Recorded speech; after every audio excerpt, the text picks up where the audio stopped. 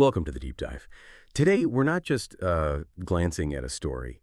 We are really immersing ourselves in the world of Just Friends by Haley Pham. It's a novel that's, well, it seems to be really defining that modern second chance romance genre right now. And our mission today, especially for you, is to, carefully unpack a specific review of Just Friends. One that was pretty glowing, actually. We want to pull out the core insights, look at the narrative choices, basically dissect what makes this story click so much with readers. And what about the author, Haley Pham? What does she bring to the table? How does she get these powerful emotional responses? Well, what's really insightful about this review we're looking at is how it kind of acts as a shortcut, like an express lane, maybe, to understanding why the novel works so well. It really focuses on those universal questions Just Friends brings up. You know, the bittersweet stuff, young love, connections you lose along the way, and that really potent, sometimes kind of haunting what if question. And let's face it, a lot of us carry around about old relationships, old friendships too. It's digging into something deeper than just plot points. It's exploring a really familiar human thing. That's a great point, the universal resonance. Okay, so how does the review unpack that? Let's start where it does. It immediately points out this is Haley Pham's second published novel, and it's already getting a lot of buzz, so clearly she's not just, testing the water. She's really hitting her stride here.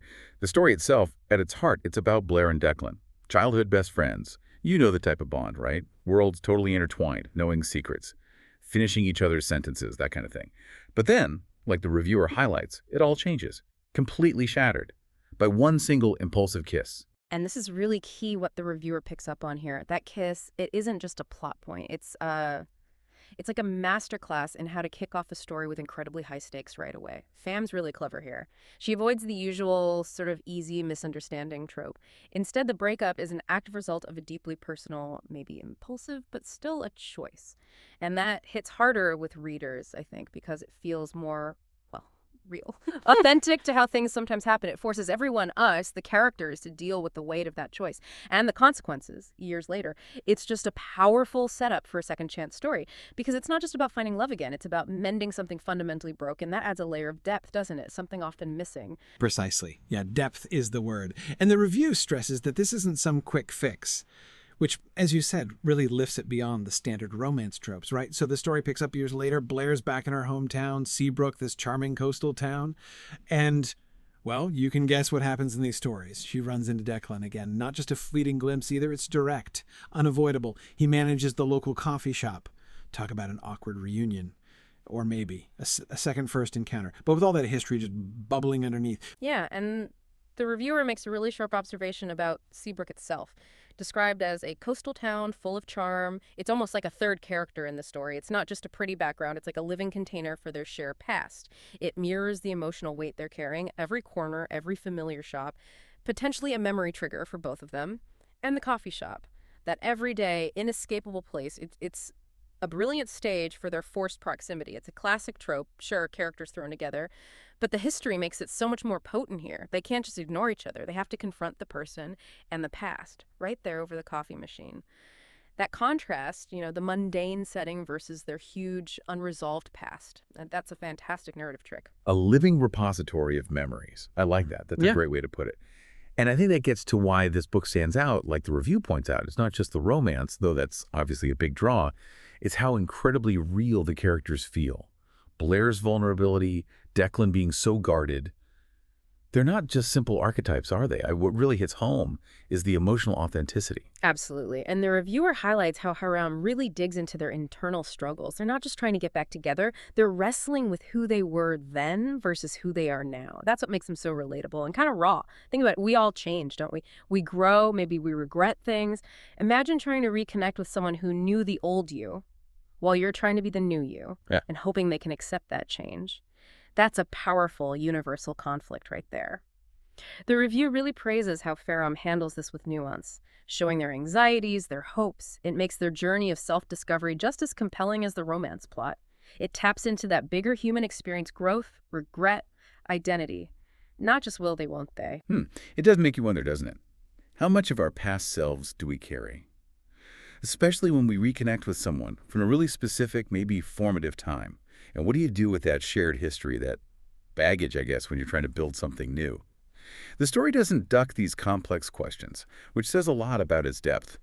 And speaking of unique angles, Yeah. the author herself, Haley Pham, she brings such an interesting dimension to all this. Oh, definitely. This is where the story behind the story gets really fascinating. The review mentions this, too. Haley Pham isn't just an author. She's also, a big presence online, a YouTube channel with her husband, that sort of thing. But it's not just for entertainment. They've used that platform for, well, immense good.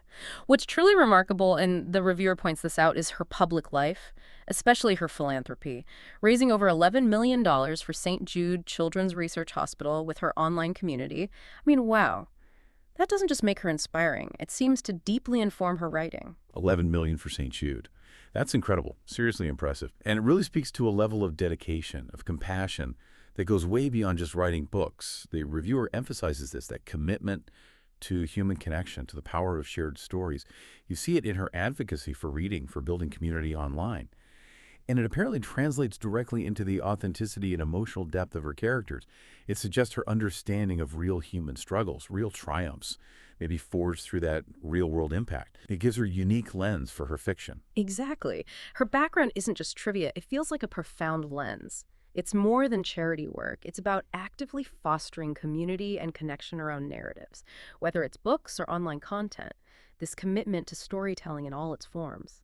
And that deep empathy shown through her philanthropy. It must give her writing an added layer.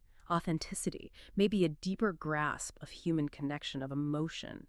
And you can see how that would translate into characters like Blair and Declan, making them feel so lived in, so relatable. It shows this profound appreciation for stories, the ones we create, the ones we share. That feels pretty unique for a novelist. It really is an inspiring mix, creativity and advocacy, no doubt. And the reviewer gives us some valuable context here, mentioning this is actually the third book of hers they've read and reviewed. So this isn't just a one-off opinion, right? It's from someone who's watched her evolve as a writer. They state it pretty clearly. It's evident Haley Pham's writing just keeps getting stronger. This isn't a debut author finding their feet. It's a clear progression, growth as a storyteller. And that raises a really important point for us to think about. What does that ongoing improvement mean for you, the reader? It suggests a writer who's constantly honing her craft, deepening her understanding of character, plot, emotional beats. So for Just Friends, it means you're not just getting a story. You're likely getting a more mature, more nuanced take on these classic themes: love, longing, forgiveness. The reviewer's history with her previous books adds serious weight to their endorsement here. It's not just a standalone rave review, it's like an affirmation of her whole trajectory as an author. Seeing someone demonstrably grow in skill and impact like that, that's pretty exciting, especially in this genre. So what was the bottom line for the reviewer? The ultimate impact. That's what we really want to understand. They put it beautifully, I thought. This novel made me feel everything: joy, frustration, heartbreak, and hope.